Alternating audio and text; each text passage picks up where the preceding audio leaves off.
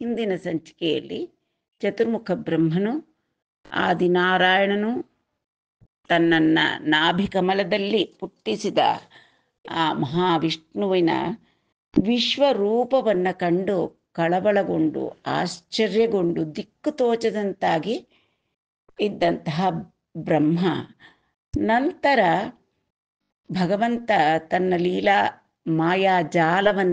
ಲೀಲಾಜಾಲ ಮಾಯಾಜಾಲವನ್ನೆಲ್ಲ ಹಿಂತೆಗೆದುಕೊಂಡು ಪ್ರಕಟಗೊಂಡಾಗ, ಕೃಷ್ಣನಂತೆ ಪ್ರಕಟಗೊಂಡಾಗ ಅವನಿಗೆ ಆಗ ಜ್ಞಾನೋದಯವಾಗುತ್ತೆ. ತಾನು ತಕ್ಷಣ ತನ್ನ ತಪ್ಪನ್ನು ಅರಿತು ಮಾಯೆಗತೀತನಾದ ಪರಬ್ರಹ್ಮನ ಮೇಲೆ ತಾನು ಮಾಯೆಯನ್ನು ಕವಿಸಬೇಕು ಅಂತ ಯೋಚನೆ ಮಾಡಿದ್ದು ತನ್ನ ತಪ್ಪು ಅಂತ ತಿಳಿದಂತಹ ಬ್ರಹ್ಮ ಈಗ ಸ್ತೋತ್ರ ಮಾಡಲು ಪ್ರಾರಂಭಿಸುತ್ತಾನೆ. ಶಂಪಾಲತಿಕ ತೋಡಿ ಜಲದಂಬು ಕೈವಡಿ ಮೆರುಗುಟೊಲ್ಲಿಯ ತೋಡಿ ಮೇನಿಬಾನಿಂಗಮನೀಯ ಮೃದುಲಾನ್ನ ಕಬಳ ವೇತ್ರ ವಿಷಾಣ ವೇಣು ಚಿಹ್ನಂಬುಲು ವೆಲೆಯುಬಾನಿಂ ಗುಂಜಾವಿ ನಿರ್ಮಿತ ಕುಂಡಲಂಬುಲವಾಣಿ ಶಿಖಿಪಿಂಚ ವೇಷ್ಟಿತ ಶಿರಮುವಾನಿ ವನಪುಷ್ಪಮಾಲಿಕಾ ವ್ರಾತಕಂಠಮುವಾನಿ ನಲಿನ ಕೋಮಲ ಚರಣಮುರುವಾನಿ. ಇದಿಷ್ಟು ಈಗ ಭಗವಂತ ಅವನಿಗೆ ಕೃಷ್ಣಾವತಾರದಲ್ಲಿ ಅವನ ಒಂದು ಅಲಂಕಾರ ಹೇಗಿತ್ತು ಅನ್ನೋದನ್ನು ಕಂಡಂತಹ ಬ್ರಹ್ಮ ಅದೇ ರೂಪವನ್ನು ಸ್ತೋತ್ರ ಮಾಡ್ತಾ ಇದ್ದಾನೆ. ಶಂಪ ಅಂತಂದರೆ ಮಿಂಚು. ಶಂಪಾಲತಿಕ ತೋಡಿ ಜಲದಂಬು ಕೈಬಡಿ, ಆ ವಿದ್ಯುತ್ ಲೇಖೆಯೊಡನೆ ಇರತಕ್ಕಂತಹ ಜಲದಂಬು ಅಂತಂದರೆ ಮೋಡಗಳು, ಮೋಡದ ಕೈವಡಿ ಅಂದರೆ ಆ ರೀತಿ. ವಿದ್ಯುತ್ ಲೇಖೆಯೊಡನೆ ಇರತಕ್ಕಂತಹ ಮೇಘದಂತೆ ಮೆರುಗುಟೊಲ್ಲಿಯ ತೋಡಿ ಮೇನಿವಾಣಿ. ಭಗವಂತ ನೀಲಮೇಘ ಶ್ಯಾಮವರ್ಣ, ಅವನು ಧರಿಸಿರತಕ್ಕಂತಹ ಆ ಒಂದು ಉತ್ತರೀಯ ಮೆರುಗು ಅಂತಂದರೆ ವಿದ್ಯುಲ್ಲತೆಯಂತೆ ಇವನ ಮೇಲೆ ಪ್ರಕಾಶಿಸ್ತಾ ಇದೆ. ಗಮನೀಯ ಮೃದುಲಾನ್ನ ಕಬಳವೇತ್ರ ವಿಷಾಣ ವೇಣು ಚಿಹ್ನಂಬುಲು ವೆಲೆಯುವಾನಿ. ಆ ರೂಪದಲ್ಲಿ ಕಮನೀಯವಾದಂತಹ ಮೃದುಲಾನ್ನ, ಆ ಮೊಸರನ್ನವನ್ನು ತುತ್ತು ಕೈಯಲ್ಲಿ ಅಂಗೈಯಲ್ಲಿ ಹಿಡದೇ ಇದ್ದಾನೆ. ವೇತ್ರ ಅಂದರೆ ಒಂದು ಬೆತ್ತದ ಕೋಲು, ವಿಷಾಣ ಕೊಂಬು, ವೇಣು ಚಿಹ್ನಂಬುಲು ವೇಣು ಎಲ್ಲವನ್ನೂ ಧರಿಸಿಟ್ಕೊಂಡಿದ್ದಾನೆ, ಧರಿಸಿ ಪ್ರಕಾಶಿಸ್ತಾ ಇದ್ದಾನೆ.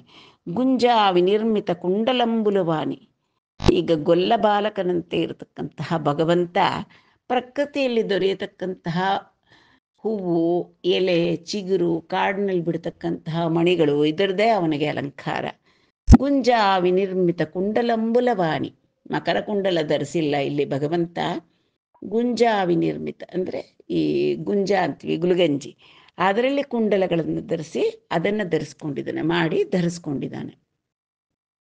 ಗುಂಜಾವಿ ನಿರ್ಮಿತ ಕುಂಡಲಂಬುಲವಾಣಿ ಶಿಖಿಪಿಂಚ ವೇಷ್ಟಿತ ಶಿರಮುವಾನಿ. ತನ್ನ ಆ ಕೇಶಬಂಧದಲ್ಲಿ ಶಿಖಿಪಿಂಚವನ್ನು ಅಂದರೆ ನವಿಲುಗರಿಯನ್ನು ಧರಿಸಿದ್ದಾನೆ. ವನ ಪುಷ್ಪ ಮಾಲಿಕಾ ವ್ರಾತಕಂಠಮುವಾನಿ. ವನದಲ್ಲಿ ದೊರಕತಕ್ಕಂತಹ ಸುಗಂಧ ಪೂರಿತವಾದಂತಹ ಒಳ್ಳೆ ತುಂಬ ಫ್ರೆಶ್ ಆಗಿರ್ತಕ್ಕಂಥ, ಫ್ರೆಶ್ ಅಂದರೆ ಆಗ ತಾನೇ ವಿಕಸಿತವಾಗಿರತಕ್ಕಂಥ ಹೂಗಳು, ಕೋಮಲವಾಗಿರ್ತಕ್ಕಂಥ ಪುಷ್ಪಗಳ ಮಾಲಿಕೆಗಳ ವ್ರಾತ. ಇದಕ್ಕೂ ಹಾಕಿನ ಒಂದು ತುಳಸಿ ಹಾರ, ಒಂದು ಚಂಪಕ ಮಾಲೆ ಧರಿಸಿರ್ಬೋದು, ಒಂದು ಮಲ್ಲೆ ಮಾಲೆ. ಹಾಗೆ ವ್ರಾತ ಅಂದರೆ ಹಾರಗಳ ಒಂದು ಸರಣಿ ಧರಿಸಿದ್ದಾನೆ. ವನ ಪುಷ್ಪ ಮಾಲಿಕಾ ವ್ರಾತಕಂಠಮುವಾನಿ ನಲಿನ ಕೋಮಲ ಚರಣಮುಲುವಾಣಿ. ಅವನ ಪಾದಗಳು ಕಮಲದಂತೆ, ಚರಣ ಕಮಲಗಳು, ಪಾದ ಕಮಲಗಳು ಆ ನಳಿನದಂತೆ, ಪದ್ಮದಂತೆ, ಅಂಗಾಲು ಕೆಂಪಾಗಿಯೂ ಇದೆ, ಮತ್ತು ಮೃದುವಾದ ಪಾದಗಳು. ಆಶ್ರಿತರು ಯಾರಾದರೂ ಅವನ ಕಾಲಿಗೆ ನಮಸ್ಕಾರ ಮಾಡಿದ್ರೂ ಕೂಡ ಆ ಮೃದುತ್ವವೇ ಅವರಿಗೆ ಅಭಯವನ್ನು ಕೊಡ್ತಕ್ಕಂತಹ ರೀತಿಯಾಗಿ ಕಮಲದಂತೆ ಕೋಮಲವಾಗಿರತಕ್ಕಂತಹ ನಳಿನ ಕೋಮಲ ಚರಣಮುಲು ವಾಣಿನ್. ಗರುಣಗಡಲುಗುನಿನ ಕಡಗಂಟಿ ವಾಣಿ ಗೋಪಾಲ ಬಾಲು ಭಂಗಿ ಬರಗುವಾಣಿ ನಗು ಮುಗಂಬುವಾಣಿ ನನುಗನ್ನ ತಂಡ್ರಿ ನೀನು ಭಜಿಂತು ಮೃಕ್ಕಿ ನೀರಜಾಕ್ಷ. ಹೇ ನೀರಜಾಕ್ಷ, ಹೇ ಪದ್ಮಪತ್ರಾಕ್ಷ ಸ್ವಾಮಿ, ನಿನ್ನ ಕಣ್ಣಲ್ಲಿ ಆ ಒಂದು ಕರುಣೆ ಅನ್ನತಕ್ಕಂತಹ ಕಡಲಿನ ಉಪಾದಿಯಲ್ಲಿ ನಿನ್ನ ಕಣ್ಣಿದ್ರೆ ಅದರ ಕಡೆಗಣ್ಣ ನೋಟ ಇದೆಯಲ್ಲ ನಿಂದು, ಕ್ರೀಕಂಠಿ ಚೂಪು ಅಂತಾರೆ. ಆ ಕಡೆಗಣ್ಣ ನೋಟದಿಂದ ಎಲ್ಲ ಪ್ರಪಂಚಕ್ಕೂ ಅಭಯವನ್ನು ಕೊಡ್ತಾ ಇದ್ದೀಯ. ಗರುಣ ಕಡಲು ಗೊನಿನ ಕಡಗಂಟಿ ವಾಣಿ. ನಿನ್ನ ಆ ನಿನ್ನ ನೋಟದಲ್ಲಿ ಕರುಣೆ ಅಂತಕ್ಕಂಥದ್ದು ತುಳುಕ್ತಾ ಇದೆ. ಗೋಪಾಲ ಬಾಲುಭಂಗಿ ಬರಗುವಾಣಿ. ಈಗ ಗೋಪಾಲ ರೂಪ, ಗೋವುಗಳನ್ನು ಅಂತಂದರೆ ಪಾತಿ ರಕ್ಷಿಸೋದಕ್ಕೋಸ್ಕರವೇ ಈ ಅವತಾರವನ್ನೆತ್ತಿದ್ದಾನೆ. ಗೋವುಗಳು ಅಂದರೆ ವೇದಗಳು, ಭೂಮಿಯನ್ನು ರಕ್ಷಿಸೋದಕ್ಕೋಸ್ಕರನೇ ಕೃಷ್ಣಾವತಾರ. ಭೂಮಿಯನ್ನು ರಕ್ಷಿಸೋದು ಅಂದರೆ ದುಷ್ಟರ ನಿರ್ಮೂಲನ, ಶಿಷ್ಟ ರಕ್ಷಣ, ಅದೇ ಅವನ ಮಹತ್ ಕಾರ್ಯ. ಗೋ ಅನ್ನುವುದಕ್ಕೆ ನಾನಾರ್ಥಗಳಿದೆ.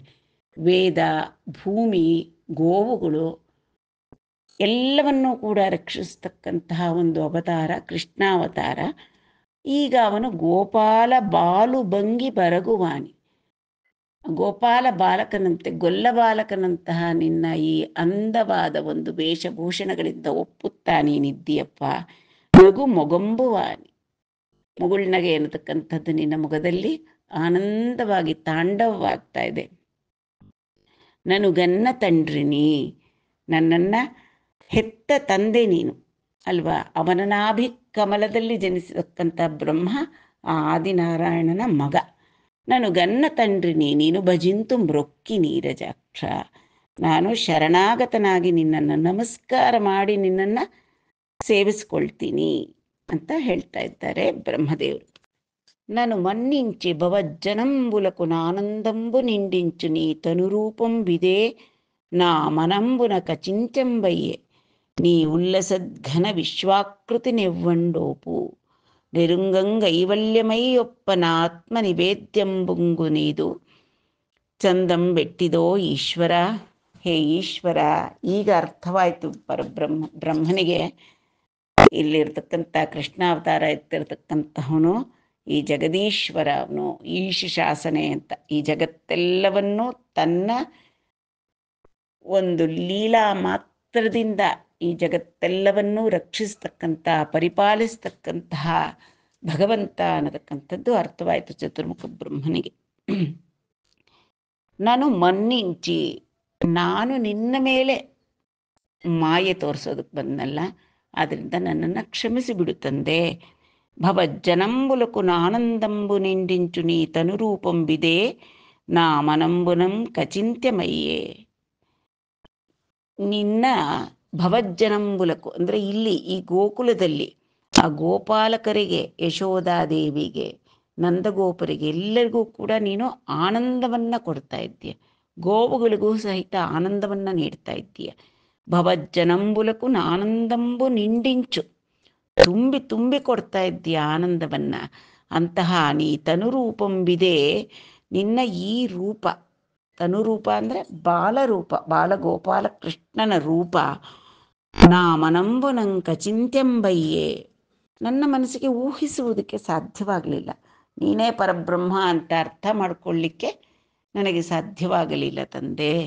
ನೀ ಉಲ್ಲಸದ್ಘನ ವಿಶ್ವಾಕೃತಿ ನಿವ್ವುಂಡೋಪು, ನೀನು ನಿನ್ನ ಉಲ್ಲಸದ್ಘನ, ನೀನು ಉಲ್ಲಾಸದಿಂದ ನನಗೆ ಜ್ಞಾನೋದಯ ಮಾಡಿಸ್ಲಿಕ್ಕೆ ಅಂತಲೇ ಧರಿಸಿರತಕ್ಕಂಥ ಆ ಮಹಾ ವಿಶ್ವರೂಪವನ್ನು ತೋರಿಸಿದ್ನಲ್ಲ.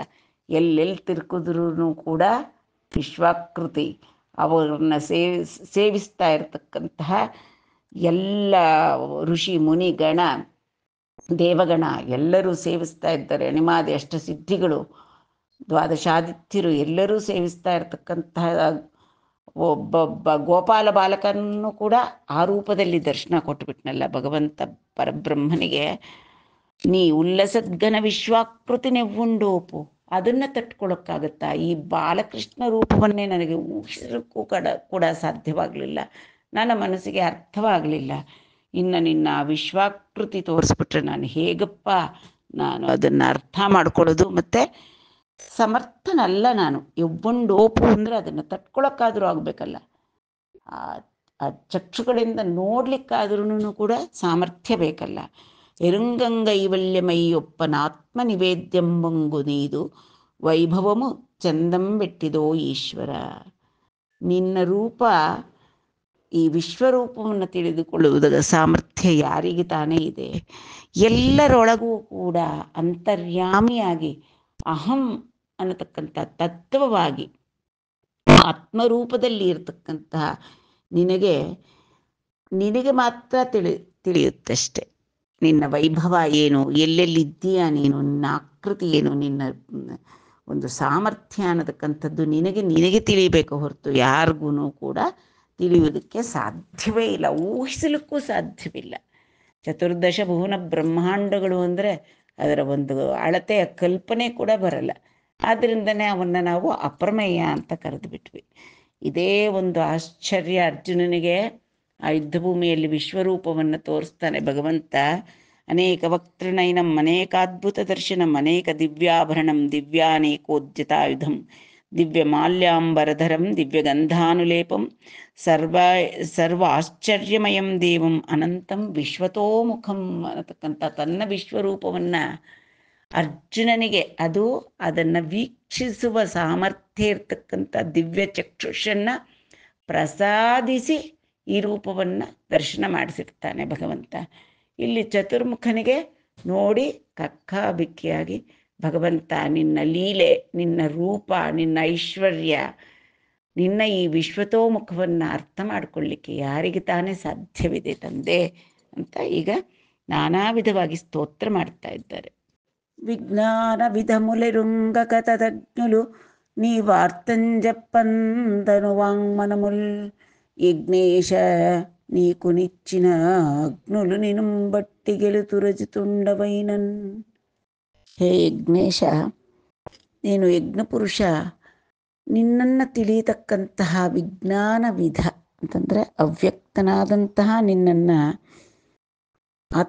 ಅಥವಾ ಆತ್ಮಜ್ಞಾನವನ್ನು ತಿಳಿತಕ್ಕಂತಹ ಮಾರ್ಗಗಳು ಯಾವುದೂ ತಿಳಿಯದೇ ಇರತಕ್ಕಂತಹ ಅಗ್ನರಿಗೆ, ಹಾಗಾದರೆ ಅವರು ಹೇಗೆ ಆ ಅಗ್ನರು ನಿನ್ನನ್ನು ಸೇರ್ತಕ್ಕಂಥದ್ದು? ಅವರು ಹೇಗೆ ಆ ಅಗ್ನರಾದಂತಹವರಿಗೆ ಮೋಕ್ಷ ಹೇಗೆ ಅಂತಂತ ಪ್ರಶ್ನೆ ಬರೋ ಹಾಗಿದ್ದರೆ ಅವರು ಈ ಸಂಸಾರ ದಾಟೋದು ಹೇಗೆ ಅನ್ನೋದಾದರೆ, ಹೇ ಪರಾತ್ಪರ, ಯಾವ ಪುರುಷರಾದರೆ ಜ್ಞಾನ ಸಂಪಾದನೆಗಾಗಿ ಪ್ರಯತ್ನ ಪಡೆದಿರ, ಸಾಧುಗಳಿಂದ ಗಾನ ಮಾಡಲ್ಪಡ್ತಕ್ಕಂಥ ನಿನ್ನ ದಿವ್ಯ ಚರಿತ್ರೆಯನ್ನು ತನು ವಾಂಗ್ ಮನಮುಲ್ ಅಂತಂದರೆ ಕಾಯ ವಾಂಗ್ ಮನಸ್ಸು ಅನ್ನತಕ್ಕಂಥ ತ್ರಿಕರಣಗಳಿಂದಲೂ ಆಧರಿಸ್ತಾ ಇರ್ತಾರೋ, ಎಲ್ಲವನ್ನೂ ನಿನಗೆ ಸಮರ್ಪಣೆ ಮಾಡಿ ಇರ್ತಾರೋ, ನಿನಗೆ ಶರಣಾಗಿರ್ತಾರೋ ಅಂತಹ ಅಗ್ನರು ನಿನ್ನನ್ನು ಗೆದ್ದು ಬಿಡ್ತಾರೆ.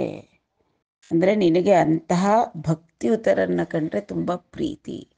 ನೀನು ಆದರೆ ಅಜಿತುಂಡೈನನು, ನೀನು ಬಟ್ಟಿಗೆಳೆತುರು ಅಜಿತುಂಡವೈನನ್, ನೀನು ಅಜಿತ, ನಿನ್ನನ್ನು ಗೆಲ್ಲತಕ್ಕಂಥದ್ದು ಯಾರಿಗೂ ಕೂಡ ಸಾಧ್ಯವಿಲ್ಲ.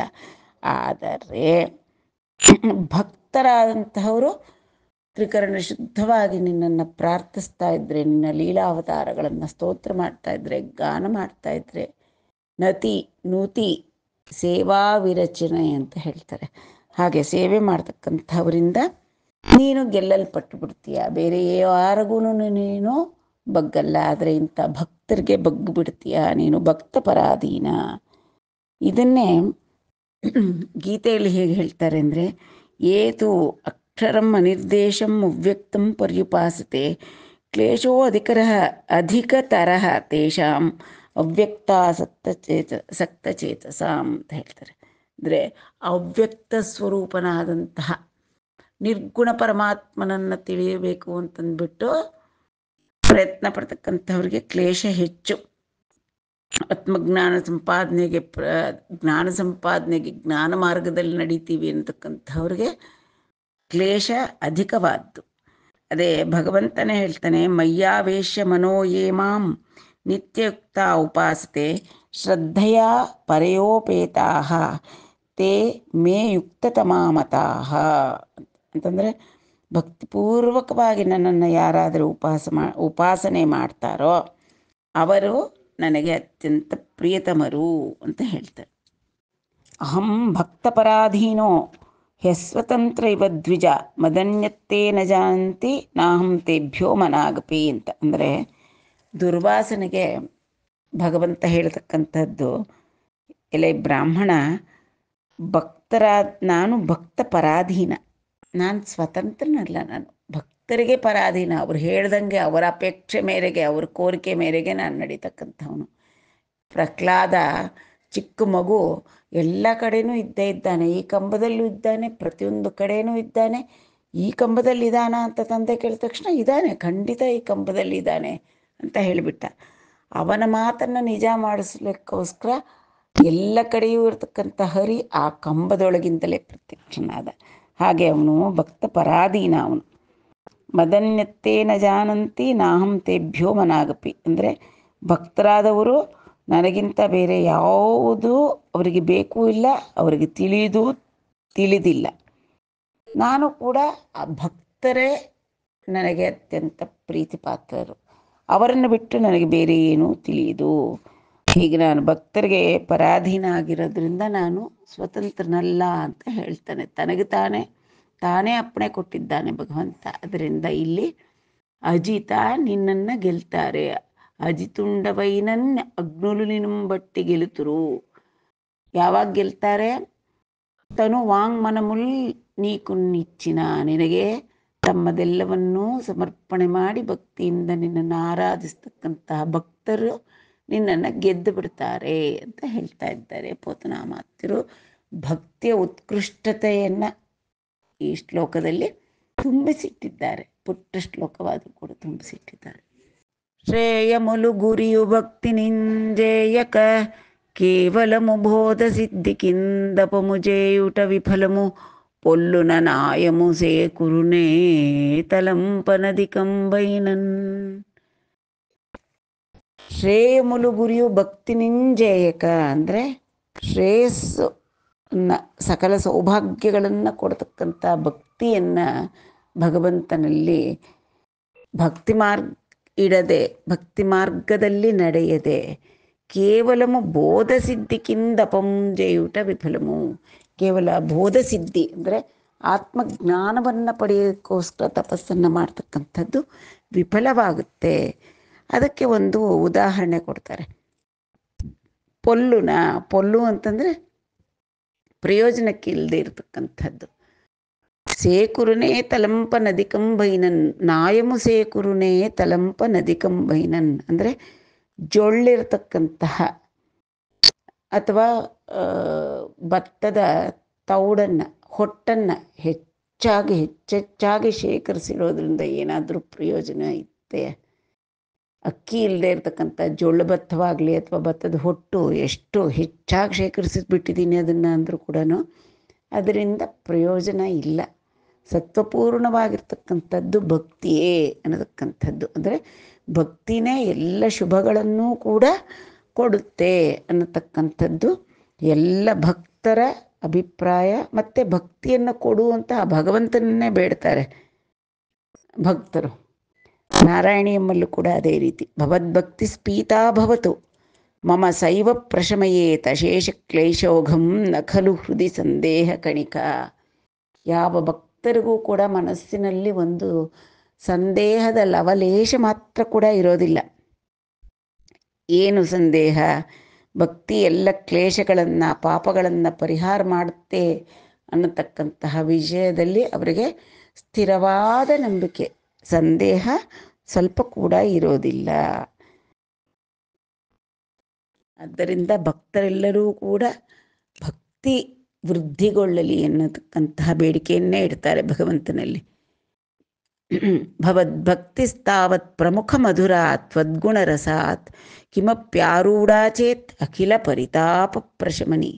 ಪುನಃ ಚಾಂತೆ ಸ್ವಾಂತೆ ವಿಮಲ ಪರಿಬೋಧ ಉದಯ ಮಿಲತ್ ಮಹಾನಂದಾದ್ವೈತಂ ದಿಶತಿ ಕಿಮತ ಪ್ರಾತ್ಯಮಪರಂ. ಅಂತಂದರೆ ಭಗವಂತನ ಲೀಲೆಗಳನ್ನು, ಅವನ ಗುಣರಸಾತ್ಮಕ ಲೀಲೆಗಳನ್ನು ಆಲಿಸೋದ್ರಿಂದ ಅವನಲ್ಲಿ ಭಕ್ತಿ ಉಂಟಾಗುತ್ತೆ. ಅದು ಅತ್ಯಂತ ಮಧುರವಾದಂತಹ ಒಂದು ಅನುಭೂತಿಯನ್ನು ಕೊಡ್ತಕ್ಕಂಥ ಮೊದಲನೇ ಘಟ್ಟ. ಇನ್ನು ಆ ಭಕ್ತಿ, ಭಗವಂತನಲ್ಲಿ ಭಕ್ತಿ ಹೆಚ್ಚಾದಂತೆಲ್ಲ ಎಲ್ಲ ದುಃಖ ಅಖಿಲ ಪರಿತಾಪ ಪ್ರಶಮನಿ ಅಂತಂದರೆ ಈ ಪ್ರಪಂಚದಲ್ಲಿರ್ತಕ್ಕಂಥ ಎಲ್ಲ ಪರಿತಾಪಗಳನ್ನೂ ಕೂಡ ಆದಿ ದೈವಿಕ ಆದಿ ಭೌತಿಕ ಆಧ್ಯಾತ್ಮಿಕ ತಾಪತ್ರಯಗಳನ್ನು ಕೂಡ ಅದು ಪರಿಹಾರ ಮಾಡ್ತಕ್ಕಂಥದ್ದು ಆಗುತ್ತೆ. ಏಕೆ ಅವರಿಗೆ ಭಗವಂತನನ್ನು ಬಿಟ್ಟು ಬೇರೆ ಏನು ಬೇಕೇ ಇರಲ್ಲ. ಪುನಃ ಚಾಂತೆ ಸ್ವಾಂತೆ ವಿಮಲ ಪರಿಬೋಧೋದಯ ಮಿಲತ್ ಮಹಾನಂದಾದ್ವೈತಂ ದಿಶತಿ. ಮತ್ತೆ ಅಂತ್ಯ ಆ ಭಕ್ತಿ ಹೆಚ್ಚಾಗ್ತಾ ಆಗ್ತಾ ನಿನ್ನ ಒಡನೆ ನಿನ್ನ ಭಾವದಲ್ಲಿ ಲೀನವಾಗತಕ್ಕಂತಹ ಅದ್ವೈತವಾಗತಕ್ಕಂಥ ಆನಂದವನ್ನು ಕೊಡ್ತಕ್ಕಂಥದ್ದು ಅದು ಭಕ್ತಿ. ಹೀಗಿರುವಾಗ ಕಿಮತಃ ಪ್ರಾರ್ಥ್ಯಮಪರಂ ಅಂತಾರೆ.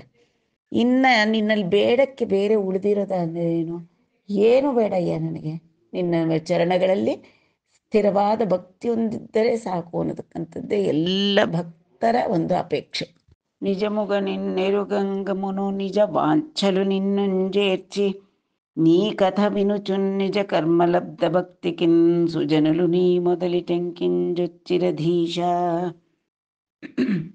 ನಿಜಮುಗ ನಿನ್ನೆರುಗಂಗಮುನು, ಪೂರ್ವದಲ್ಲಿ ನಿನ್ನನ್ನು ತಿಳಿಯಬೇಕು ಅಂತ ಜ್ಞಾನ ಮಾರ್ಗದಲ್ಲಿ ಕೆಲವರು ಹೋದರೆ, ಕೆಲವರು ಮಹಾಯೋಗಿಗಳೆಲ್ಲರೂ ಕೂಡ ಜ್ಞಾನ ಮಾರ್ಗದಿಂದ ಕೂಡ ನಿನ್ನನ್ನು ಅರಿಯಲಾರದೆ ಏನು ಮಾಡಿದ್ರು, ಕಡೆಗೆ ನಿನ್ನಲ್ಲೇ ಮನಸ್ಸನ್ನು ಇಟ್ಟು ನಿಜ ವಾಂಛಲು ನಿನ್ನಂಜೇರ್ಚಿ ಅಂದರೆ ಬೇರೆ ಯಾವುದೇ ಆಸೆ ಇಲ್ಲದೆ ಅವರ ಮನಸ್ಸು ಆಸೆ ಎಲ್ಲವನ್ನೂ ನಿನ್ನ ಪಾದಕ್ಕೆ ಅರ್ಪಣೆ ಮಾಡಿ, ಅಂದರೆ ಬೇರೆ ಯಾವುದೂ ಇಚ್ಛೆಗಳಿಲ್ಲದೆ ನಿನ್ನನ್ನೇ ಅಪೇಕ್ಷೆ ಪಟ್ಟು ನಿನ್ನು ಜೇರ್ಚಿ ನಿಜ ವಾಂಚಲು ನಿನ್ನಂಜೇರ್ಚಿ ನೀ ಕಥವಿನುಚುನ್ ನಿಜ ಕರ್ಮಲಬ್ಧ ಭಕ್ತಿನ್ ಸುಜನುಲು ನೀ ಮೊದಲಿಟೆಂಕಿಜೊಚ್ಚಿರದೀಶ. ಅವರೇನು ಮಾಡಿದ್ರು, ನಿನ್ನಲ್ಲೇ ಮನಸ್ಸನ್ನಿಟ್ಟು ನಿನ್ನ ದಿವ್ಯ ಕಥಾಶ್ರವಣವನ್ನೇ ಮಾಡ್ತಾ ನಿನ್ನ ಲೀಲಾ ವಿನೋದಗಳನ್ನು ಹಾಡ್ತಾ ಹಾಡ್ತಾ ಭಜನೆ ಮಾಡ್ತಾ ನಮಸ್ಕಾರಗಳನ್ನು ಮಾಡ್ತಾ ಸೇವೆ ಮಾಡ್ತಾ ನಿಜ ಕರ್ಮಲಬ್ಧ ಭಕ್ತಿನ್, ಅದರಿಂದ ಏನಾಯಿತು, ತಮ್ಮ ಸತ್ಕರ್ಮಗಳಿಂದ ನಿನ್ನಲ್ಲಿ ಭಕ್ತಿಯನ್ನು ಪಡೆದರು. ನಿನ್ನ ದಿವ್ಯ ಕಥಾಶ್ರವಣ ಮಾತ್ರದಿಂದ ಭಕ್ತಿಯನ್ನು ಪಡೆದರು. ಆ ಭಕ್ತಿಯಿಂದ ಅವರು, ಆ ಭಕ್ತಿ ಎಂಥದ್ದಾಗಿತ್ತು ಅದು ಅಂತಂದರೆ ಸುಜನಲು ನೀ ಮೊದಲಿಟೆಂಕಿ ಚೊಚ್ಚಿರದೀಶ. ಆ ಭಕ್ತಿಯನ್ನು ಅವರು ನಿಜ ಭಕ್ತಿಯನ್ನು ಪಡೆದಿದ್ದರಿಂದ ಪರಮ ಪದವನ್ನು ಪಡೆದರು. ಅನಾಯಾಸವಾಗಿ ಸರ್ವೋತ್ತಮವಾದ ನಿನ್ನ ಗತಿಯನ್ನು ಪಡೆದರು. ಆದ್ದರಿಂದ ಈ ಪೂರ್ವಿಕರ ಆಚಾರದಿಂದಲೂ ಜ್ಞಾನ ಅನ್ನೋದಕ್ಕಿಂತನೂ ಕೂಡ ಭಕ್ತಿಯ ದಾರಿ ಸುಲಭ. ಆ ಭಕ್ತಿಯಿಂದಲೇ ಜ್ಞಾನಕ್ಕೂ ಕೂಡ ಭಕ್ತಿಯುತವಾದ ಜ್ಞಾನವೇ ನಿನ್ನನ್ನು ತೋರಿಸ್ಕೊಡುತ್ತೆ ಅಂತ ನಮಗೆ ಪೂರ್ವಾಚಾರ್ಯರಿಂದ ತಿಳಿದು ಬರುತ್ತೆ. ವಿಕ್ರಿಯಾ ಶೂನ್ಯಮೈ ವಿಷಯತ್ವಮುನುಲೇನಿದಗುಚು ಆತ್ಮಾಕಾರಮೈ ತನರ್ಜುನಂತಃಕರಣ ಮೊಕ್ಕ ಅಧಿಕ ಸಾಕ್ಷಾತ್ಕಾರ ವಿಜ್ಞಾನಮುನಂಬಟ್ಟಿ ಬೇರುರಲುಕೂ ನೆರುಂಗಂಗ ರಾನಿದೈ ಪಾರಿಯುಂಡುಟಂಜೇಸಿ ನೀ ನಿರ್ಗುಣ ಶ್ರೀ ವಿಭೂತಿ బహిరంగ వీతులంబారక దిరములై యమలంబులగునింద్రియములు చేత నెట్టకేలకైన నెరుగంగనగుంగాని గుణవిలాసినగుచుం కొమరు మిగులు నీ గుణవ్రజంబునేరరాదెరుగంగ ఒక్క ಮಿತಮುಲೇಕಯುಂಟನೀಶ. ಈಶ್ವರ, ನಿನ್ನ ಒಂದು ನಿರ್ಗುಣ ಸ್ವರೂಪ ತಿಳ್ಕೊಳ್ಳೋದೇ ತುಂಬ ಕಷ್ಟ. ಆ ಭಗವಂತನಿಗೆ ಎರಡು ರೂಪಗಳು, ನಿರ್ಗುಣ ಸ್ವರೂಪ, ಸಗುಣ ಸ್ವರೂಪ. ಆ ಎರಡು ರೂಪಗಳಲ್ಲಿ ನಿರ್ಗುಣ ಸ್ವರೂಪ ತಿಳ್ಕೊಳ್ಳೋದು ಕಷ್ಟ, ಸಗುಣ ಸ್ವರೂಪವನ್ನು ತಿಳಿದುಕೊಳ್ಳೋದು ಇನ್ನೂ ಕಷ್ಟ ಅಂತ ಹೇಳ್ತಾ ಇದ್ದಾರೆ. ವಿಕ್ರಿಯಾ ಶೂನ್ಯಮಯಿ ವಿಷಯತ್ವ ಮುನುಲೇನಿದಗುಚು. ವಿಷಯತ್ವ ಅಂದರೆ ಈಗ ಕಣ್ಣಿಗಾದರೆ ಒಂದು ದೃಶ್ಯ ಇರಬೇಕು, ಎದುರುಗಡೆ ಕಾಣಿಸ್ತಾ ಇರಬೇಕು. ಕಿವಿಗಾದರೆ ಶಬ್ದ ರೂಪದಲ್ಲಿ ಗೋಚರವಾಗಬೇಕು, ಮೂಗಿಗಾದರೆ ಗಂಧ ರೂಪದಲ್ಲಿ ಗೋಚರವಾಗಬೇಕು, ನಾಲಿಗೆಗೆ ರಸರೂಪದಲ್ಲಿ. ಹಾಗೆ ನಮ್ಮ ಪಂಚ ಜ್ಞಾನೇಂದ್ರಿಯಗಳಿಗೆ ವಿಷಯವಾದರೆ ತಿಳ್ಕೊಬೋದು. ಇಲ್ಲಾಂದರೆ ಕಣ್ಣಿಗೆ ಹೇಗೆ ಗೊತ್ತಾಗುತ್ತೆ ಭಗವಂತ ಇದ್ದಾನೆ ಅಂತ? ಯಾಕೆ? ಅವನು ನಿರ್ಗುಣ ರೂಪ ಅಂತಂದರೆ ಎಲ್ಲದರ ಒಳಗೆ ನಾನು ಅನ್ನತಕ್ಕಂಥ ಆತ್ಮಸ್ವರೂಪನಾಗಿ ಅಂತರ್ಯಾಮಿಯಾಗಿರ್ತಾನೆ. ಅವನು ಭಗವಂತ ಎಲ್ಲೆಡೆಯಲ್ಲೂ ಇರ್ತಾನೆ. ಅವನು ಈ ಇಂದ್ರಿಯಗಳಿಗೆ ವಿಷಯವಾಗೋದಿಲ್ಲ. ಅದರಿಂದ ತಿಳ್ಕೊಳ್ಳೋದಕ್ಕೆ ತುಂಬ ಕಷ್ಟ. ಆದರೆ ಕೆಲವರು ಜಿತೇಂದ್ರಿಯರಾದಂತಹವರು, ನಿನ್ನಲ್ಲಿ ಭಕ್ತಿ ಕೂಡ ಇರತಕ್ಕಂಥ ಜಿತೇಂದ್ರಿಯರು ಏನು ಮಾಡ್ತಾರೆ, ನಿನ್ನ ನಿರ್ಗುಣ ರೂಪವನ್ನು ವಿಶೇಷ ಆಕಾರರಹಿತವಾದ್ದು ನಿರ್ಗುಣ ರೂಪ, ನಿರ್ವಿಷಯವಾದ್ದು, ಆತ್ಮಾಕಾರವಾಗಿರ್ತಕ್ಕಂತಹದ್ದು ಅಂತಹ ನಿನ್ನ ನಿರ್ಗುಣ ರೂಪವನ್ನು ಆ ಜಿತೇಂದ್ರಿಯರು ಅಂತಃಕರಣ ಸಾಕ್ಷಾತ್ಕಾರದಿಂದ ತಿಳ್ಕೊಳ್ತಾರೆ. ಅಂದರೆ ಬಹಿರ್ಮುಖವಾಗಿರ್ತಕ್ಕಂಥ ಇಂದ್ರಿಯಗಳನ್ನೆಲ್ಲ ಒಳಮುಖವನ್ನಾಗಿ ತಿರುಗಿಸಿ ಆತ್ಮ ಅಂತಂದರೆ ಏನು ಅನ್ನತಕ್ಕಂಥದ್ದನ್ನೆಲ್ಲ ವಿಚಾರ ಮಾಡಿ ಸ್ವಪ್ರಕಾಶ ರೂಪವಾಗಿರ್ತಕ್ಕಂತಹ ನಿನ್ನ ನಿರ್ಗುಣ ಸ್ವರೂಪವನ್ನು ತಿಳಿದುಕೊಳ್ತಾರೆ. ಅಂತಃಕರಣ ಮುಖ ಅಧಿಕ ಸಾಕ್ಷಾತ್ಕಾರ ವಿಜ್ಞಾನಂ ಬಟ್ಟಿ ಬೇರೊರುಲುಕು ನೆರುಗಂಗರಾನಿದೈ. ನಿನ್ನ ಈ ರೂಪ ಅಂತಃಕರಣವನ್ನು ಅಧಿಕ ಸಾಕ್ಷಾತ್ಕಾರ ಮಾಡಿಕೊಂಡಂತಹ ಆ ಜ್ಞಾನಿಗಳಿಗೆ, ಆ ಜಿತೇಂದ್ರಿಯರಿಗೆ ಸ್ವಪ್ರಕಾಶ ರೂಪನಾಗಿ ತಿಳಿತೀಯ. ಹರಿ ಉಂಡುಟಂಜೇಸಿ ನೀ ನಿರ್ಗುಣ ಶ್ರೀ ವಿಭೂತಿ. ಆ ನಿರ್ಗುಣ ಶ್ರೀ ವಿಭೂತಿ ನಿನ್ನ ನಿರ್ಗುಣವಾದಂತಹ ಆ ನಿನ್ನ ಒಂದು ತತ್ವ, ಆ ನಿನ್ನ ಒಂದು ರೂಪ ತಿಳ್ಕೊಳ್ಳೋದು ಬಹಳ ಕಷ್ಟ. ಆದರೂ ಅವರು ಜಿತೇಂದ್ರಿಯರು ಅವರು ತಿಳ್ಕೊಳ್ತಾರೆ. ಅಂತಃಕರಣ ಸಾಕ್ಷಾತ್ಕಾರ ರೂಪದಿಂದ ತಿಳ್ಕೊಂಡ್ಬಿಡ್ತಾರೆ. ನೆಟ್ಟಕೇಲಕೈನ ನೆರುಗಂಗ ನಗುಂಗಾನಿ. ಅಂತಹವರಿಗೆ ನೆಟ್ಟಕೇಲಕೈನ ಅಂದರೆ ಇಂದ್ರಿಯಗಳನ್ನೆಲ್ಲ ಬಹಿರ್ಮುಖವಾದ ಇಂದ್ರಿಯಗಳನ್ನು ಒಳಮುಖವಾಗಿ ಇದು ಮಾಡಿ ನಿನ್ನಲ್ಲೇ ಒಂದೇ ಗುರಿಯನ್ನಾಗಿಟ್ಕೊಂಡು ಅಂತರ್ಯಾಮಿಯಾಗಿರ್ತಕ್ಕಂಥ ಆತ್ಮಸ್ವರೂಪವನ್ನು ನೆರುಗಂಗ ನಗುಂಗಾಣಿ ಅಂತಹ ಜಿತೇಂದ್ರಿಯರಿಗೆ ಅದಾದರೂ ಸಾಧ್ಯವಾಗುತ್ತೇನೋ ನಿನ್ನ ನಿರ್ಗುಣ ರೂಪ ತಿಳಿಯಕ್ಕೆ. ಆದರೆ ಗುಣವಿಲಾಸಿ ನಗುಚುಂ ಕೋಮರು ಮಿಗುಲು ಅಂದರೆ ನೀನು ಎಲ್ಲ ಬೇರೆ ಬೇರೆ ಗುಣಗಳನ್ನು ನೀನು ನಿನ್ನಲ್ಲಿ ಗುಣವಿಲಾಸಿ ಸತ್ವಗುಣ ಸ್ವರೂಪ ನೀನು. ಆದರೂ ಇಲ್ಲಿ ಗುಣವಿಲಾಸಿಯಾಗಿ ಕೋಮರು ಮಿಗುಲು ಅಂದರೆ ಮನೋಜ್ಞತೆಯಿಂದ ಪ್ರಕಾಶಿಸ್ತಕ್ಕಂತಹ ನಿನ್ನ ಗುಣವ್ರಜಂಬು. ನೀನು ಬೇರೆ ಬೇರೆ ಬೇರೆ ಬೇರೆ ಬೇರೆ ಬೇರೆ ಬೇರೆ ರೂಪಗಳನ್ನು ಧರಿಸ್ತಾ ಇರ್ತೀಯ. ಒಕ್ಕ ಮಿತಮು ಲೇಖ ಉಂಟನೀಶ. ನಿನ್ನ ಅಸಂಖ್ಯಾತವಾದಂತಹ ನಿನ್ನ ಈ ಸಗುಣ ಸ್ವರೂಪಗಳನ್ನು ಹೇಗೆ ತಿಳ್ಕೊಳ್ಳೋದು? ಅದು ತಿಳ್ಕೊಳ್ಳೋದು ತುಂಬ ಅಸಾಧ್ಯ. ಯಾಕೆಂದರೆ ನೀನು ಪ್ರದರ್ಶಿಸ್ತಕ್ಕಂಥ ಗುಣಗಳು ಯಾರಿಗೂ ಅರ್ಥ ಮಾಡ್ಕೊಳ್ಳೋಕ್ಕೆ ಸಾಧ್ಯವಾಗಲ್ಲ. ನಿನ್ನ ಸಗುಣ ರೂಪ ತಿಳಿಸ್ಕೊಳ್ಳೋದು ಕೂಡ ಇನ್ನೂ ಅಸಾಧ್ಯ ಅಂತ. ಅಂದರೆ ಭಕ್ತರಲ್ಲದವರಿಗೆ, ಜ್ಞಾನಿಗಳಾದರೂ ಕೂಡ ನಿನ್ನ ಪಾದಗಳಲ್ಲಿ ಭಕ್ತಿ ಇಲ್ಲದೆ ಬೇರೆ ಎಲ್ಲ ವಿಷಯಗಳ ಮೇಲಿನ ವ್ಯಾಮೋಹ ಬಿಟ್ಟು, ಹೊರ ಪ್ರಪಂಚದ ಒಂದು ಇದನ್ನು ಬಿಟ್ಟು ಅಂತರ್ಮುಖಿಗಳಾಗಿ ನಿನ್ನನ್ನು ತಿಳ್ಕೋಬಹುದು ಹೊರತು ಬೇರೆ ಯಾರಿಗೂ ನಿನ್ನ ಸಗುಣ ರೂಪ ತಿಳ್ಕೊಳ್ಳೋದು ಕಷ್ಟ, ನಿರ್ಗುಣ ರೂಪವನ್ನು ತಿಳ್ಕೊಳ್ಳೋದು ಕೂಡ ಎರಡೂ ಕಷ್ಟ ಅಂತ ಹೇಳ್ತಾ ಇದ್ದಾರೆ. ತಾರಾ ತುಷಾರ ಶೀಕರ ಭೂರಜಮುಲ ಕೈನ ಲೆಕ್ಕ ಬುಧುಲಿಡುದುರು ಭೂಭಾರಾವತೀರ್ಣ ಕರುಡಂಗು ನೀ ರಮ್ಯ ಗುಣಾಳಿ ನಿನ್ನ ನೇರರಗಣ್ಯ. ಅಪ್ಪ ಸ್ವಾಮಿ, ನೀನು ಅಗಣಿತ ಗುಣ ಪರಿಪೂರ್ಣ, ನೀನು ಅಚಿಂತ್ಯ, ನೀನು ಅನಂತ ಕಲ್ಯಾಣ ಗುಣಪೂರ್ಣ. ನಿನ್ನ ಈ ಅವತಾರಗಳನ್ನು ಎಣಿಸಕ್ಕೆ ಸಾಧ್ಯವಿಲ್ಲ. ತಾರಾ ತುಷಾರ ಶೀಕರ ಭೂರಜಮುಲ ಕೈನ ಲೆಕ್ಕ ಬುದುಲಿಡಿದರು ಅಂದರೆ ಆಕಾಶದಲ್ಲಿ ಪ್ರಕಾಶಮಾನವಾಗಿರ್ತಕ್ಕಂಥ ತಾರೆಗಳನ್ನಾದರೂ ಎಣಿಸ್ಬೋದು. ತುಷಾರ ಶೀಕರ ಮಂಜಿನ ತುಂತುರು ಹನಿಗಳನ್ನಾದರೂ ಲೆಕ್ಕ ಮಾಡ್ಬೋದು. ಭೂ ರಜಮುಲ ಕೈನ ಭೂಮಿಯ ಮೇಲಿರ್ತಕ್ಕಂಥ ಧೂಳಿನ ಕಣಗಳನ್ನಾದರೂ ಬುದಲು ಲೆಕ್ಕ ಬುದಲಿಡುದರು. ಬುಧರು ಅಂತಂದರೆ ಬುದ್ಧಿವಂತರಾದವರು, ಜ್ಞಾನಿಗಳಾದವರು. ಇದು ಯಾವುದನ್ನು ಇನ್ಫಿನೈಟ್ ಅಂತ ಹೇಳ್ತೀವೋ ಅಂಥದ್ದಾದರೂ ಲೆಕ್ಕ ಇಡ್ತಾರೇನೋ ಜಾಣರಾದವರು. ಆದರೆ ಭೂಭಾರ ಅವತೀರ್ಣ ಕರುಡಗು, ನೀನು ಭೂಭಾರವನ್ನು ತಗ್ಗಿಸುವುದಕ್ಕೋಸ್ಕರನೇ ಅವತಾರ ಎತ್ತಿರತಕ್ಕಂತಹ ನೀ ರಮ್ಯ ಗುಣಾಲಿ, ನಿನ್ನ ಮನೋಹರವಾದಂತಹ ಗುಣಗಣಗಳು, ಗುಣಾಲಿ ಅಂದರೆ ಗುಣಗಣಗಳನ್ನು ಎನ್ನ ನೇರರ ಗಣ್ಯ, ನಿನ್ನ ಈ ಗುಣಗಣಗಳನ್ನು, ಅಸಂಖ್ಯಾತವಾದಂಥ ನಿನ್ನ ಅವತಾರಗಳನ್ನು, ನಿನ್ನ ರೂಪಗಳನ್ನು ಎನ್ನ ನೇರರ ಗಣ್ಯ. ಎನ್ನ ಅಂತಂದರೆ ಎಣಿಕಲು ಅಂದರೆ ಎಣಿಸೋದು, ತಾರೆಗಳನ್ನಾದರೂ ಎಣಿಸ್ಬೋದು, ನಿನ್ನ ಈ ಅವತಾರಗಳನ್ನಾಗಲಿ ನಿನ್ನ ಈ ಮನೋಹರವಾದ ಗುಣಗಳನ್ನಾದರೆ ಎಂತಹ ಪಂಡಿತರು ಕೂಡ ಲೆಕ್ಕ ಇಡಲಾರರು.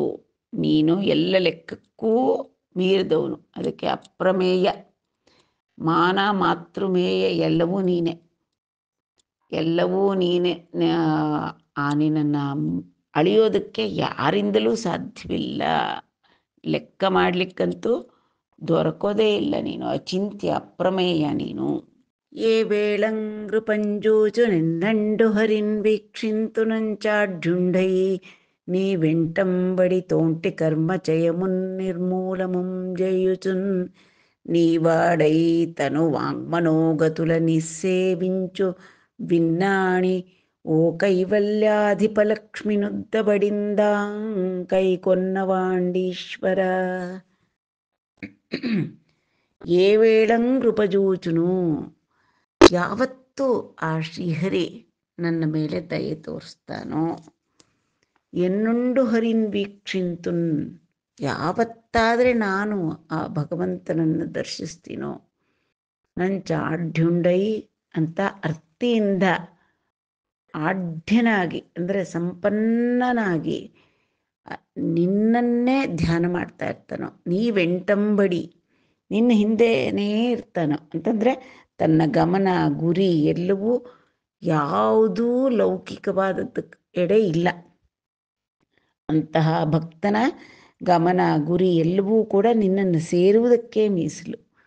ಅದಕ್ಕೆ ನೀವೆಂಟಂಬಡಿ, ಅವನು ನಿನ್ನ ಮಾರ್ಗವನ್ನೇ, ನಿನ್ನನ್ನೇ ನೋಡಬೇಕು, ಯಾವಾಗ ನೋಡ್ತೀನೋ ಏನೋ ಅಂತ ತಪಿಸ್ತಾ ಇರ್ತಾನೋ. ತೋಂಟಿ ಕರ್ಮಚಯಮುನ್ ನಿರ್ಮೂಲಮುಂ ಜೇಯುಚುನ್, ತನ್ನ ಆ ಪೂರ್ವ ಕರ್ಮಗಳಿರುತ್ತಲ್ಲ ಅದನ್ನು ನಿರ್ಮೂಲ ಆಗೋಗ್ಬಿಡುತ್ತೆ ಅವನಿಗೆ. ಯಾವಾಗಾದರೆ ಅವನು ಸದಾಕಾಲ ಭಗವಂತನನ್ನೇ ಸೇವಿಸ್ತಾ ಇರ್ತಾನೋ, ಸೇವಿಸೋದ್ರ ಜೊತೆಗೆ ಅಕಸ್ಮಾತ್ ಪ್ರಾರಬ್ಧ ಕರ್ಮಗಳಾದರೆ ಅದನ್ನು ಯಾವುದೇ ಒಂದು ಅದನ್ನು ಗಣಿಸಿದ ಆ ಪ್ರಾರಬ್ಧ ರೂಪಗಳಾದಂತಹ ಪಾಪ ಪುಣ್ಯ ಫಲಗಳನ್ನು ನಿರ್ಲಿಪ್ತವಾಗಿ ಅನುಭವಿಸ್ತಾ ಎಲ್ಲವನ್ನೂ ಭಗವಂತನ ದಯೆ ಅಂತ ತಿಳ್ಕೊಂಡು ಅವನನ್ನು ಕಾಣತಕ್ಕಂಥದ್ದೇ ಅವನ ಅತ್ಯಂತ ಗುರಿಯನ್ನಾಗಿ ಮಾಡಿಕೊಂಡಿರ್ತಕ್ಕಂಥವನಿಗೆ ಅವನ ಆ ಹಿಂದಿನ ಕರ್ಮ ಫಲಗಳೆಲ್ಲವೂ ಕೂಡ ನಾಶವಾದ ಹಾಗೆ ಲೆಕ್ಕ. ಅವನಿಗೆ ಅದರ ಮೇಲೆ ಗಮನವೇ ಇಲ್ಲ. ನೀವಾಡೈ, ಅವನ ಸಾಮ್ರಾಜ್ಯವೆಲ್ಲ ನೀನೇ, ನಿನ್ನನ್ನೇ ಒಬ್ಬನ್ನೇ ಕೋರ್ತಾ ಇರ್ತಾನೆ. ಅಂತಹ ಅವನು ತನು ವಾಂಗ್ ಮನೋಗತುಲ ನಿಸ್ಸೇವಿಂಚು, ತನ್ನ ಕಾಯೇನ ವಾಚ ಮನಸ ಅಂದ ಹಾಗೆ ಎಲ್ಲದರಿಂದಲೂ ಕೂಡ ನಿನ್ನನ್ನೇ ಸೇವಿಸ್ತಾ ನಿನ್ನ ಸೇವೆಯನ್ನೇ ಮಾಡ್ತಾ ಇರ್ತಕ್ಕಂಥ ಭಿನ್ನಾಣಿ ಅಂತ. ಭಿನ್ನಾಣಮು ಅಂದರೆ ವಿಜ್ಞಾನ, ಅಂದರೆ ಸ್ಕಿಲ್ಫುಲ್, ಕೌಶಲ್ಯನಾಗಿರ್ತಕ್ಕಂಥವನು ಅಂದರೆ ಡೆಕ್ಸ್ಟ್ರಸ್ ಅಂತ ಹೇಳ್ತಾರೆ, ಕುಶಲ.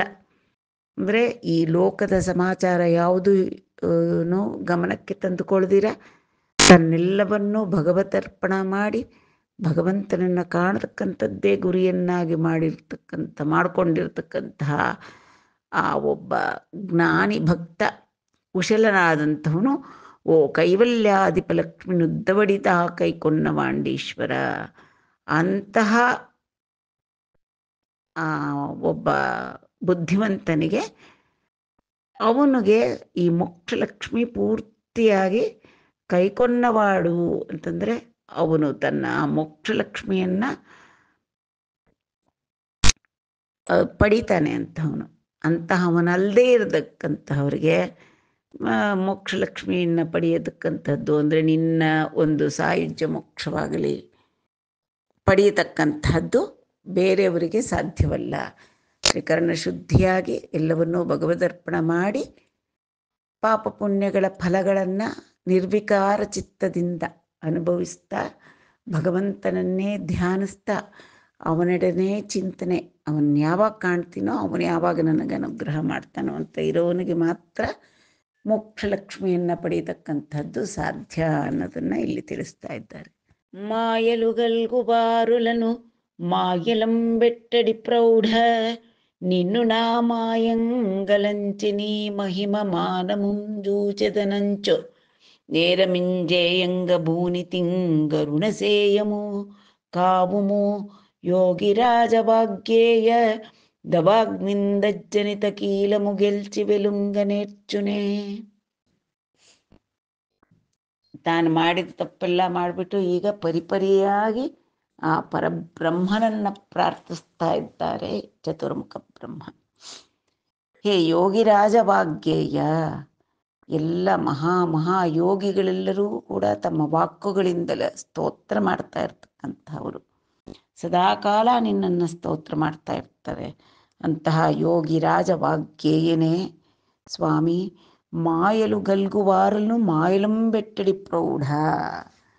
ನೀನು ಯಾರು? ನೀನು ಜಗನ್ನಾಥ. ನೀನು ಸರ್ವನಿಯಾಮಕನಾಗಿ ದೇಶ ಕಾಲ ವಸ್ತು ಪರಿಚ್ಛೇದಗಳಿಗೆ ಯಾವುದಕ್ಕೂ ನೀನು ಒಳಪಡದೆ, ಜಗತ್ತಿಗೆ ಉಪಾದಾನ ಕಾರಣವೂ ನೀನೇ, ಎಲ್ಲ ಜೀವರನ್ನೂ ನಿಯಮಿಸ್ತಕ್ಕಂಥ ಶಕ್ತಿಯೂ ನೀನೇ.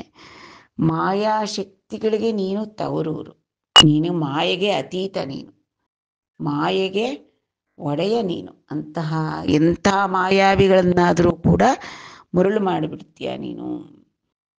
ಮಾಯಲು ಗಲ್ಗುವಾರಲು ಮಾಯಲಂಬೆಟ್ಟಡಿ ಪ್ರೌಢ, ಎಂತಹ ಮಾಯಾಶಕ್ತಿಗಳನ್ನು ಕೂಡ ನೀನು ಮರುಳು ಮಾಡಿಬಿಡ್ತೀಯ. ಅಂತಹ ನಿನ್ನನ್ನು ನಾ ಮಾಯಂಗಲಂಚಿ ನೀ ಮಹಿಮ ಮಾನಮುಂಜೂಚದನಂಚು ನೇರಮಿಂಜೇಯಂಗ ಬೂನಿತಿ. ಅಂತಹ ಮಾಯೆಗೆ ಅಧಿಪತಿಯಾದಂತಹ ನಿನ್ನನ್ನು ನನ್ನ ಮಾಯೆಯನ್ನು ನಿನ್ನ ಮೇಲೆ ಪ್ರಯೋಗಿಸಕ್ಕೆ ನೋಡಿದ್ನಲ್ಲ ನಾನು. ನೀ ಮಹಿಮ ಮಾನಮುಂಜೂಚದನಂಚು, ನಿನ್ನ ಮಾಯೆ ಏನಿದೆಯೋ, ನೀನು ಈ ಕೃಷ್ಣಾವತಾರ ಎತ್ತಿದನಲ್ಲ, ಇವನಿಗೇನು ಕೈಲಾಗುತ್ತೋ ಏನಾಗಲ್ವೋ ನೋಡೋಣ ಅಂತ ಮಾನಮುಂಜೂಚದ, ಮಾನ ಅಂತಂದರೆ ನಿನ್ನ ಅಳತೆಯನ್ನು ನೋಡೇ ಬಿಡೋಣ ಅಂತ ನಾನು ಲೆಕ್ಕ ಹಾಕೋಣ ಅಂತ ತಪ್ಪು ಮಾಡಿದೆ ನಾನು, ಅಪಚಾರ ಮಾಡಿದೆ. ನೇರಮಿಂಜೇಗ ಭೂನಿತಿ, ಅಪಚಾರ ಮಾಡೋದಕ್ಕೆ ನಾನು ಸಾಹಸ ಮಾಡಿದೆ.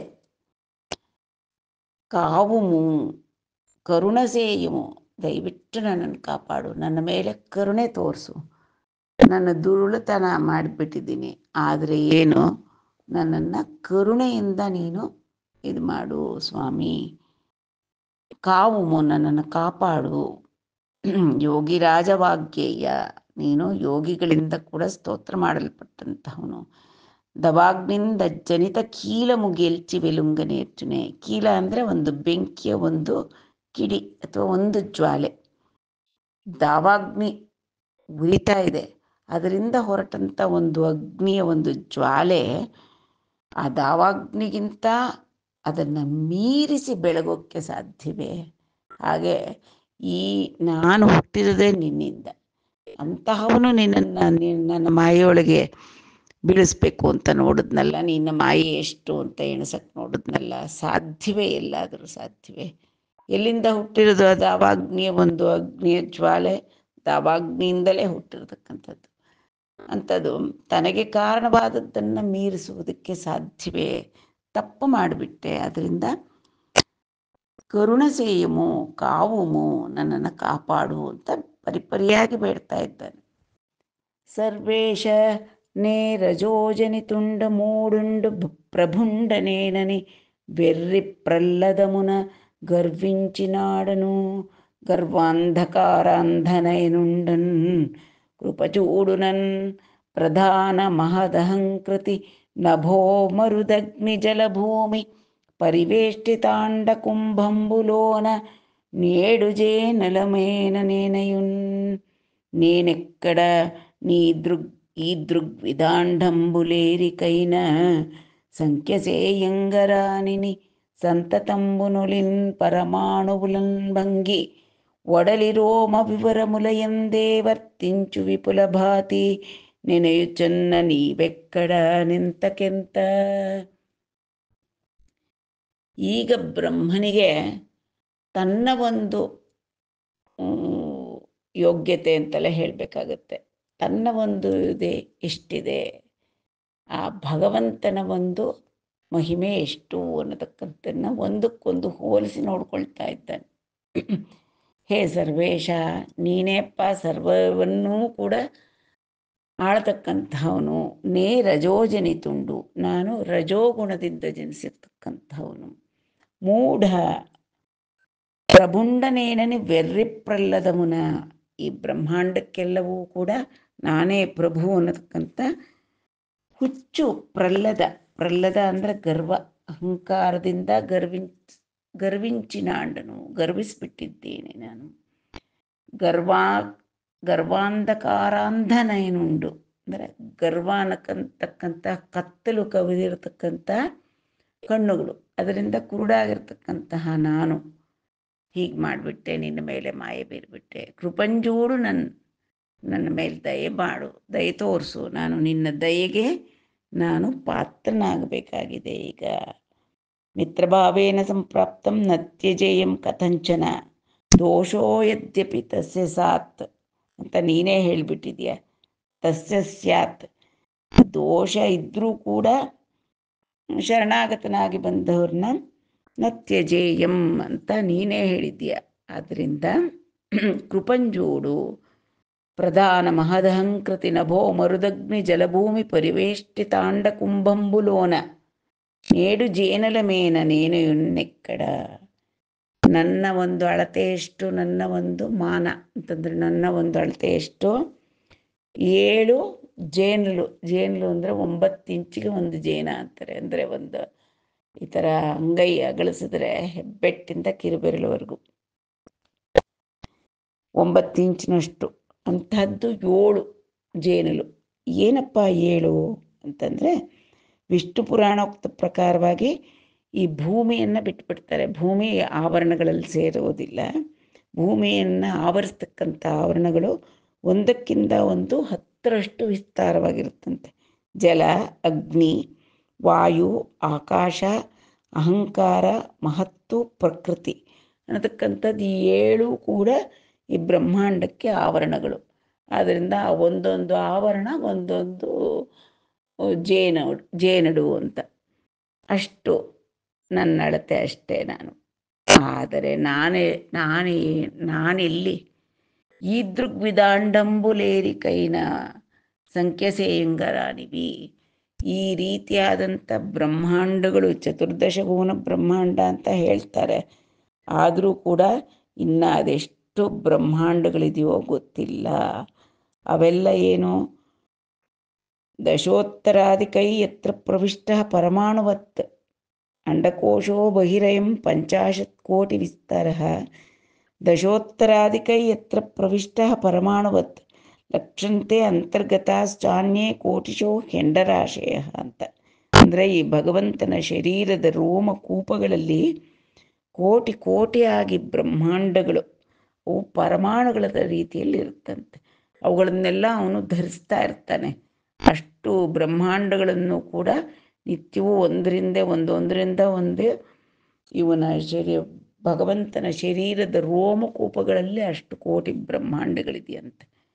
ಆ ರೀತಿಯಾಗಿ ರೋಮಕೂಪಗಳಲ್ಲಿ ಕೋಟಿ ಕೋಟಿ ಲೆಕ್ಕದಲ್ಲಿರ್ತಕ್ಕಂತಹ ಬ್ರಹ್ಮಾಂಡಗಳನ್ನು ಪರಮಾಣು ರೂಪದಲ್ಲಿ ಧರಿಸ್ತಕ್ಕಂತಹ ನಿನ್ನ ಅಳತೆಯಲ್ಲಿ ನಾನು ಇಲ್ಲಿ ಒಂದು ಬ್ರಹ್ಮಾಂಡಕ್ಕೆ ಅಧಿಪನಾಗಿರ್ತಕ್ಕಂತಹ ನಾನೆಲ್ಲಿ, ಎಲ್ಲಿಗೆ ಹೋಲಿಕೆ, ನೀನೆಲ್ಲಿ ನಾನೆಲ್ಲಿ. ಆದರೂ ಕೂಡ ನಾನು ಪ್ರಭು ನಾನೇ ಅನ್ನತಕ್ಕಂಥ ಒಂದು ಅಹಂಕಾರದಿಂದ, ಆರೋಗೆನ್ಸ್, ಆ ಅಹಂಕಾರದಿಂದ ನಾನು ನಿನ್ನ ಮೇಲೆ ಮಾಯೆ ಬೀಸಕ್ಕೆ ಬಂದ್ಬಿಟ್ಟೆ. ದಯವಿಟ್ಟು ನನ್ನ ಕ್ಷಮಿಸಿ ಕಾಪಾಡು.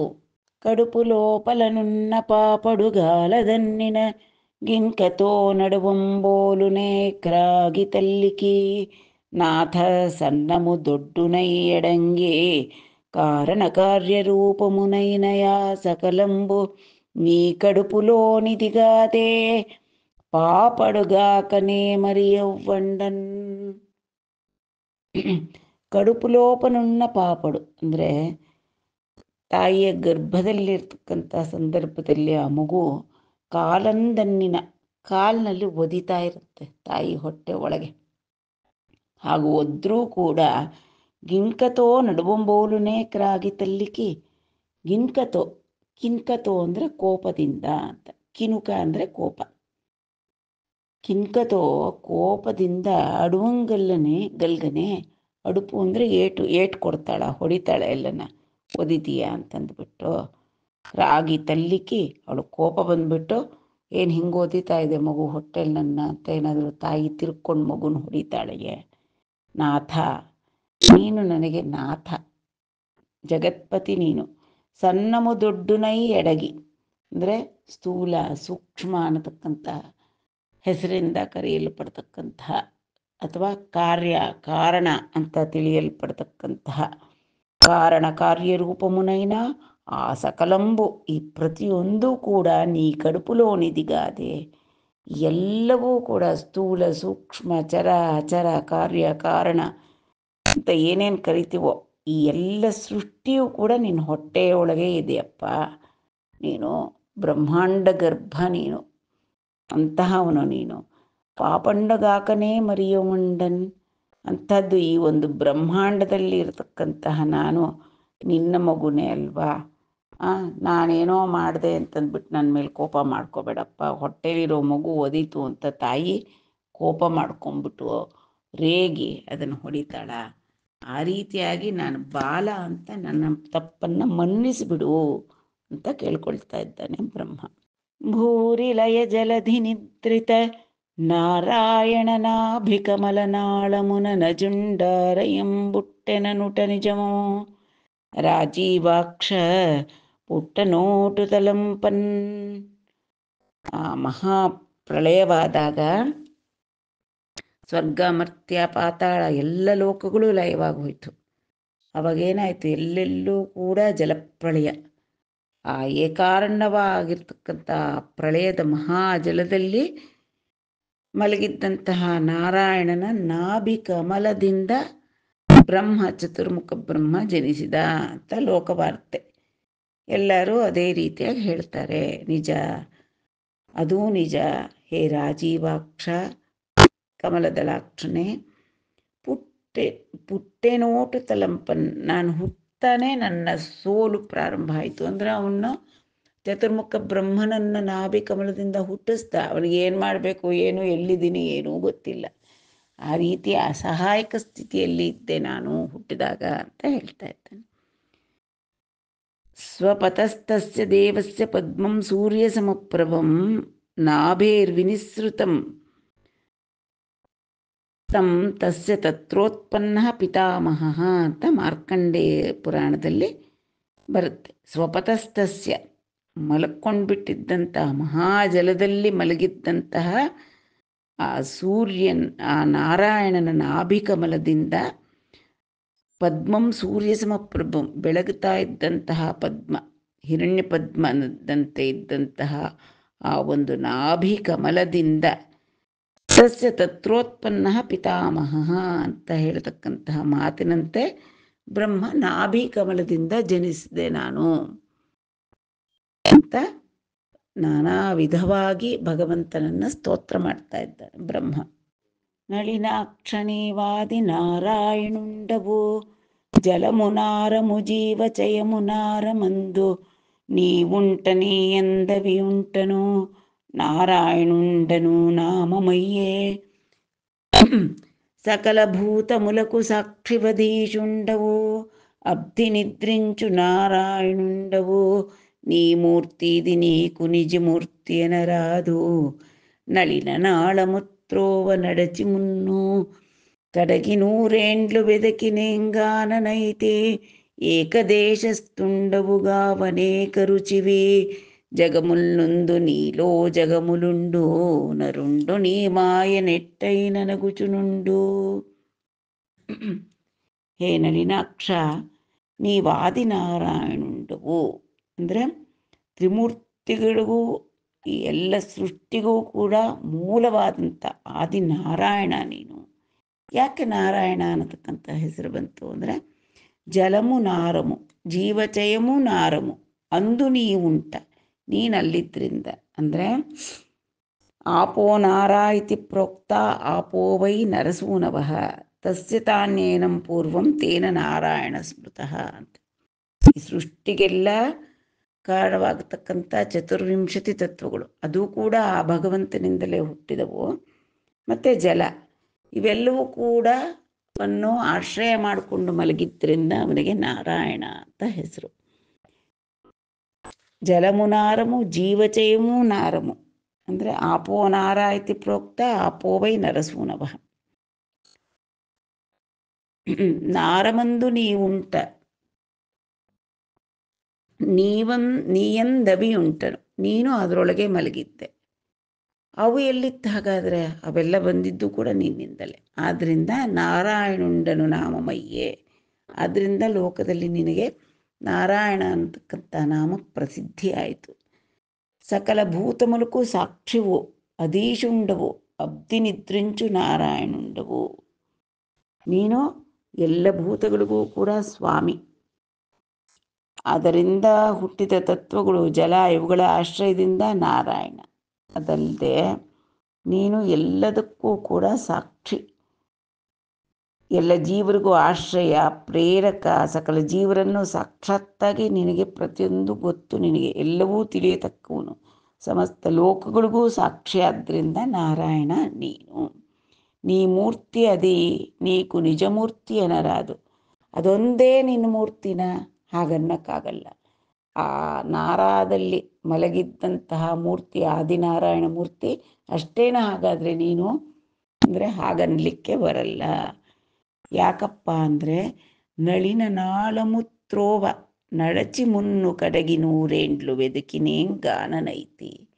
ಆಗ ಮೊದಲು ನಾಭಿ ಕಮಲದಲ್ಲಿ ಜನಿಸಿದಂಥ ಪರಬ್ರಹ್ಮ ಇದೆಲ್ಲಿಂದ ಬಂದೆ ನಾನು, ಈ ಕಮಲಕ್ಕೆ ಆಧಾರ ಯಾವುದು, ಈ ಕಮಲ ಎಲ್ಲಿಂದ ಬಂತು, ನಾನೆಲ್ಲಿಂದ ಬಂದೆ ಅಂದ್ಬಿಟ್ಟು ಏನು ತಿಳಿಲಾರದವನಾಗಿ ಏನು ಮಾಡ್ತಾನೆ, ಆ ಕಮಲದ ನಾಳದ ಒಳಗಿನ ಮಾರ್ಗದೊಳಗೆ 100 ವರ್ಷಗಳ ಕಾಲ ಹುಡುಕಾಡ್ತಾನೆ. ಎಷ್ಟು ಹುಡುಕಿ ಹುಡುಕಿ ಹುಡುಕಿ ಹುಡುಕಿದ್ರೂ ಕೂಡ ಅವನಿಗೆ ಎಲ್ಲಿದು, ಇದರ ಮೂಲವೇನು ಅಂತ ತಿಳಿಯಲ್ಲ. ಅವನಿಗೆ 100 ವರ್ಷ ಹುಡುಕಿದ್ರೂ ಕೂಡ ತಿಳಿಯೋದಿಲ್ಲ. ನೂರೇಂಡ್ಲು ವೆದಕಿನೇಂಗಾನನೈತಿ. 100 ವರ್ಷ ಹುಡುಕಿದ್ನಪ್ಪ, ಆದರೂ ಕೂಡ ನನಗೆ ಕಾಣಲಿಲ್ಲ. ನೀಲೋನ ನೇಕದೇಶಸ್ತುಂಡವು ಗಾವು. ನೀನು ಅಲ್ಲೊಂದೇ ಕಡೆ ನಾರಾದಲ್ಲಿ ಮಲಗಿದ್ದ ನಾರಾಯಣ ಮಾತ್ರ ಅಂತ ಹೇಳೋಕ್ಕೆ ಆಗಲ್ಲ. ನೀನು ಅಲ್ಲಿ ಮಾತ್ರ ಇದೀಯ ಅಂತ ಅನ್ನಕ್ಕಾಗಲ್ಲ. ಅನೇಕ ರುಚಿವಿ ಜಗಮುಲೋನುಂಡು ನೀಲೋನ ಜಗಮುಲುಂಡು. ನಿನಗೆ ಅನೇಕಾನೇಕ ರೂಪಗಳು. ನೀನು ಒಂದೇ ರೂಪದಲ್ಲಿದೆಯಾ ಅಂತ ಹೇಳಕ್ಕೆ ಆಗಲ್ಲ, ಒಂದೇ ಕಡೆ ಇದೆಯಾ ಅಂತ ಕೂಡ ಹೇಳಕ್ಕಾಗಲ್ಲ. ನಿನಗೆ ಎಷ್ಟೋ ರೂಪಗಳು, ಎಷ್ಟೋ ರುಚಿ ಅಂದರೆ ಕಾಂತಿಗಳು ಇವೆ, ಅನೇಕವು. ಆದ್ದರಿಂದ ಜಗಮುಲೋನುಂಡು, ನೀನು ಈ ಪ್ರಪಂಚವೆಲ್ಲವೂ ವ್ಯಾಪ್ತನಾಗಿದ್ದೀಯ. ನೀಲೋನ ಜಗಮುಲುಂಡು. ಹಾಗಾದರೆ ಈ ಪ್ರಪಂಚಗಳಲ್ಲಿದೆ ಅಂದರೆ ನೀನು ವಿಶ್ವ ಶರೀರ, ನೀನು ವಿಶ್ವವಿಗ್ರಹ, ನಿನ್ನೊಳಗೆ ಈ ಜಗತ್ತುಗಳೆಲ್ಲ ಇದೆ. ನರುಂಡು ನೀ ಮಾಯನೆಟ್ಲೈನ ನಗುಚುನುಂಡು. ನೀನು ಅಂತಹ ಎಲ್ಲ ಪ್ರಪಂಚವೂ ನೀನೇ, ನಿನ್ನೊಳಗೆ ಈ ಸೃಷ್ಟಿ ಇದೆ. ಆದ್ದರಿಂದ ನಿನ್ನ ಮಾಯಾ ಪ್ರಭಾವದಿಂದ ನೀನು ಯಾವ ರೀತಿಯಾಗಬೇಕಾದ್ರೂ ಇರ್ತೀಯ. ನಿಂದಿಷ್ಟೇ ಅಷ್ಟೇ ಅಂತ ನಿನ್ನನ್ನು ಅಳೆಯೋಕ್ಕೂ ಆಗಲ್ಲ. ಆ ಜಲದಲ್ಲಿ ಮಲಗಿದ್ದ ನಾರಾಯಣ ಮಾತ್ರ ಅಲ್ಲಿ ಮಾತ್ರ ಇರ್ತಕ್ಕಂಥವನು ಅಂತ ಕೂಡ ಹೇಳಕ್ಕೆ ಆಗಲ್ಲ ನೀನು.